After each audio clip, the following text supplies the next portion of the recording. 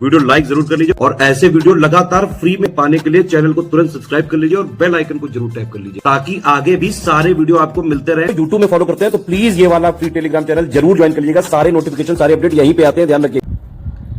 नमस्कार साथियों, स्वागत है आप सभी का ऑनलाइन एग्जाम प्रिपरेशन पर which is the part of study for civil services. दोस्तों, इस वीडियो में हम देखने वाले हैं लौह एवं इस्पात उद्योग भारत में। ये मोस्ट इंपॉर्टेंट टॉपिक की सीरीज़ का पार्ट है। लास्ट वीडियो में हमने ऊर्जा से संबंधित कुछ तथ्य देखे थे, उसके पहले तापीय ऊर्जा, नाभिकीय ऊर्जा देखा था। आज लौह इस्पात उद्योग देखेंगे और इसके बाद एल्यूमिनियम उद्योग भी देखेंगे।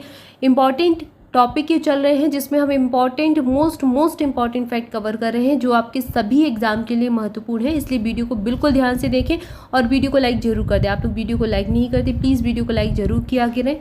और आपको जो भी चीज़ें इंपॉर्टेंट लगे या फिर लगे आपको याद नहीं हो रहा है तो वहीं यहीं पर अभी ही इसके सिनॉप्सिस बना लें, ताकि सिनॉप्सिस यानी कि अपने नोट्स प्रिपेयर कर लें। कॉपी पेन लेकर बैठे तो नोट्स बनाते जाएंगे तो उसी दिन आप रिवाइज करेंगे जिस दिन आपने वीडियो देखा है।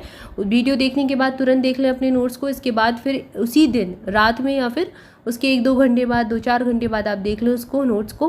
फिर आप 2-3 दिन बाद देख लें तो वो चीज़ें आपको याद हो जाएंगी। रिवीजन करने का बेस्ट मेथड होता है जो बहुत सारे सिलेक्टेड स्टूडेंट फॉलो कर चुके हैं, जो मतलब जिन्होंने सिलेक्शन लिया है उनकी ये ट्रिक्स है। तो आप भी इसको फॉलो करें और सिलेक्शन आप भी लें, क्योंकि चीज़ें याद करना ज़रूरी होता है। अगर आपको याद रहेंगी तभी आप जो फैक्चुअल इन्फॉर्मेशन एग्जाम में पूछी जाती है वो सही कर पाएंगे। और आजकल बहुत पूछी जा रही है समझ के आधार पर, तो ठीक है, कई सारी चीज़ें समझ भी तभी विकसित होती है जब आपने बहुत कुछ पढ़ रखा हो।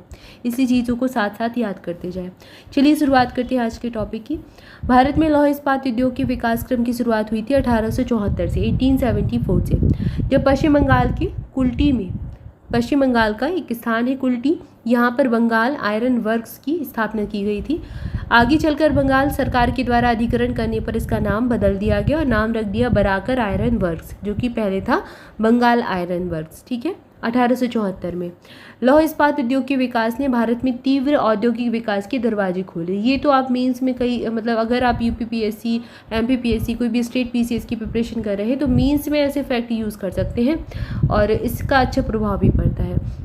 भारतीय उद्योग के लगभग सभी सेक्टर अपनी मूल आधारित अवसंरचना के लिए मुख्य रूप से लौह इस्पात उद्योग पर निर्भर करते हैं। लौह इस्पात उद्योग के लिए लौह अयस्क और कोककारी कोयला के अतिरिक्त चूना पत्थर चाहिए, डोलोमाइट चाहिए, मैग्नीज और अग्निशह मृत्तिका आदि कच्चे माल की आवश्यकता होती है। तो जहाँ पर ये सारा कच्चा माल आसपास आराम से उपलब्ध हो जाएगा उस स्थान पर आप देखेंगे कि लौह इस्पात के कारखाने मिल जाएंगे। ये सभी कच्चे माल स्थूल या फिर भार हाश वाले होते हैं, इसलिए लौह इस्पात उद्योग की सबसे अच्छी स्थिति कच्चे माल स्रोतों के निकट होती है। भारत में छत्तीसगढ़, उत्तरी उड़ीसा, झारखंड और पश्चिम बंगाल के भागों को समाविष्ट करते हुए एक अर्धचंद्राकार प्रदेश है जो कि उच्च कोटि के लौह अयस्क, अच्छे गुणवत्ता वाले कोककारी कोयला और अन्य संपूरकों में समृद्ध है। तो आप देखेंगे भारत का जो छत्तीसगढ़ जो मध्य प्रदेश से अलग हुआ यहाँ पर, और फिर यहाँ उत्तरी उड़ीसा, यहीं पर झारखंड और इस तरफ पश्चिम बंगाल, ये इस प्रकार से चंद्र बन जाएगा। ये मैप में आप चाहे तो देख भी सकते हैं। तो यहाँ पर क्या है, अच्छी गुणवत्ता वाले कोककारी कोयले भी मिल जाते हैं, लौह अयस्क भी मिल जाते हैं। छत्तीसगढ़ में यहीं पर ये वाला जो क्षेत्र है ये खनिज की दृष्टिकोण से संपन्न क्षेत्र भी कहा जाता है। इसके परिणाम स्वरूप इस प्रदेश में लौह इस्पात उद्योग प्रारंभ से ही स्थापित किए गए हैं, स्टार्टिंग में यहीं से शुरू किए गए थे। भारतीय लौह इस्पात उद्योग के अंतर्गत बड़े एकीकृत इस्पात कारखाने, छोटे इस्पात मिलें भी सम्मिलित हैं। इसके अंतर्गत द्वितीयक उत्पादक, ढलाई मिलें और अनुषंगिक उद्योग भी आते हैं। इसके बाद आइए देखते हैं लौह इस्पात के कारखाने। हीरापुर में एक कारखाना है, पश्चिम बंगाल में आता है हीरापुर, 1908 में स्थापित हुआ था। इसका नाम भारतीय लौह इस्पात कंपनी था। भद्रावती कर्नाटक में है और 1923 में इसकी स्थापना हुई थी। पहले इसका नाम Mysore iron and steel company था, बाद में इसका नाम बदलकर Visvesvaraya iron and steel company कर दिया। ये सार्वजनिक क्षेत्र की प्रथम इकाई थी और इससे प्रश्न बन चुका है एग्जाम में। वर्णपुर प्रश्न आ चुका है, पश्चिम बंगाल में है, कहाँ पर है याद रखें, 1937 में स्थापित हुआ था बनपुर का कारखाना। ये स्टील कॉर्पोरेशन ऑफ बंगाल के नाम से स्थापित की गई थी। बाद में इसका नाम Indian iron and steel company कर दिया गया, इसमें विलय कर दिया कुल मिलाकर। तो ये अभी काफ़ी रहती भी है चर्चा में, वर्णपुर में है। ठीक है, कुल्टी पश्चिम बंगाल में 1874 में स्थापित हुआ था, सबसे पुराना ही है और ये बाद में बंगाल लोहा और इस्पात उद्योग में बदल गया। साक्षी झारखंड 1907 में ये स्थापित हुआ था और ये जमशेदजी टाटा द्वारा स्थापित किया गया था। भारत में आधुनिक लौह इस्पात का कारखाने की शुरुआत यहीं से मानी जाती है 1907 से।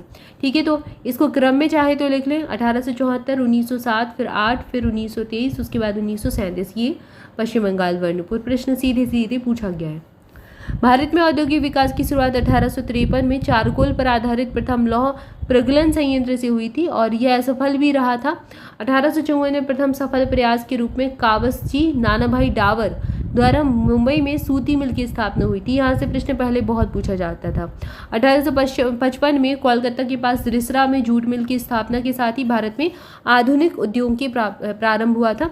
अब एग्जाम में पूछा गया रिसरा कहाँ पर है, किससे संबंधित है, तो रिसरा में जूट मिल थी, ये चीज़ याद रखें, और ये कोलकाता के पास था। इसके बाद अगला तथ्य दिया गया है, तत्कालीन केंद्रीय उद्योग मंत्री डॉक्टर श्यामा प्रसाद मुखर्जी द्वारा 6 अप्रैल 1948 को देश की प्रथम औद्योगिक नीति की घोषणा हुई थी। 1948 से प्रश्न आ चुका है कि औद्योगिक नीति कब घोषित हुई थी, कब बनी थी। 30 अप्रैल 1956 को देश में दूसरी औद्योगिक नीति की घोषणा हुई थी। इसके बाद भारत में आधुनिक तरीके से कागज बनाने की प्रथम मिल की स्थापना हुई थी 1812 में पश्चिम बंगाल के सेरामपुर में, लेकिन यह मिल असफल रही। प्रथम सफल कागज कारखाना 1867 में कोलकाता के बालीगंज में लगाया गया था। उत्तर प्रदेश में प्रथम कागज कारखाना 1879 में लखनऊ में लगा था। भारत में अखबारी कागज की पहली मिल मध्य प्रदेश के नेपानगर में 1947 में लगाई गई थी। भारत में प्रथम दिया सिलाई कारखाने की स्थापना हुई थी 1921 में, कहाँ पर, अहमदाबाद गुजरात में। ठीक है, तो यहाँ पर हमने लौह इस्पात कारखाने देखे, लौह इस्पात उद्योग के बारे में देखा, और यहाँ पर इस वीडियो में हमने कुछ महत्वपूर्ण तथ्यों को देखा। इसके बाद कुछ और महत्वपूर्ण तथ्य हैं जिनको अगली वीडियो में हम देखेंगे। उसके साथ ही हम एल्यूमिनियम एस्की के बारे में, एल्यूमिनियम के कारखानों के बारे में पढ़ेंगे। तो जुड़े रहें चैनल के साथ। मोस्ट इंपॉर्टेंट टॉपिक की सीरीज़ में आप सभी अपने एग्जाम के लिए इंपॉर्टेंट टॉपिक कवर कर सकते हैं। इसकी प्लेलिस्ट अपडेट कर दी गई है, तो अगर आपने प्रीवियस वीडियो नहीं देखे हैं तो प्लेलिस्ट पर जाकर देख सकते हैं। इसके अलावा अगर आप किसी भी एग्ज़ाम जैसे यूपीपीएससी प्रीलिम्स के लिए, यूपीपीएससी आरओ के लिए, बीईओ के लिए, यूकेपीएससी के लिए किसी भी एग्ज़ाम की प्रिपरेशन कर रहे हैं, तो आप स्टडी फॉर सिविल सर्विसेज के अभी बहुत ही मिनिमम प्राइस पर कोर्सेज ले सकते हैं। हमारे पेड बैच में आपको डेली क्लासेस मिलती हैं, हाई यील्ड सिलेक्शन मटेरियल मिलता है जो कि आपका सिलेबस के हिसाब से लेटेस्ट पैटर्न और ट्रेंड को फॉलो करते हुए मिलता है। कॉम्प्रिहेंसिव नोट्स आपको इसमें मिल जाते हैं, साथ ही साथ आपको इसमें प्रैक्टिस क्विज मिल जाते हैं, टेस्ट सीरीज मिल जाती है, और साथ ही साथ डाउट क्लियरेंस की सुविधा भी रहती है। तो सारी चीज़ें एक ही जगह पर हमारे पेड ग्रुप में ही मिल सकती हैं, जो कि बहुत ही मिनिमम प्राइस में study for civil services application पर अभी मिल रहा है 50% का डिस्काउंट। 31 मई तक ही ये मिलेगा, और इसको लेने के लिए आपको कूपन कोड लगाना है ज्ञान सर। ज्ञान सर आपको इस प्रकार से ही लिखना है, सारे लेटर स्मॉल में है। एक बार फिर से देख लीजिए, सारे लेटर स्मॉल में है और कोई भी बीच में स्पेस नहीं देना है। इस प्रकार से आप ज्ञान सर लिखेंगे तो आपको कूपन कोड अप्लाई हो जाएगा और 50% का डिस्काउंट आप ले सकते हैं और कोई भी कोर्स ले सकते हैं। तो तुरंत जाकर देख लीजिए, एप्लीकेशन के लिंक डिस्क्रिप्शन में है, और इस साल अपना सिलेक्शन पक्का कीजिए। Wish you good luck for your exam. जुड़े रहें चैनल के साथ, मस्त रहें, मुस्कुराते रहें, पढ़ाई करते रहें। मिलेंगे नेक्स्ट वीडियो में। Thank you so much.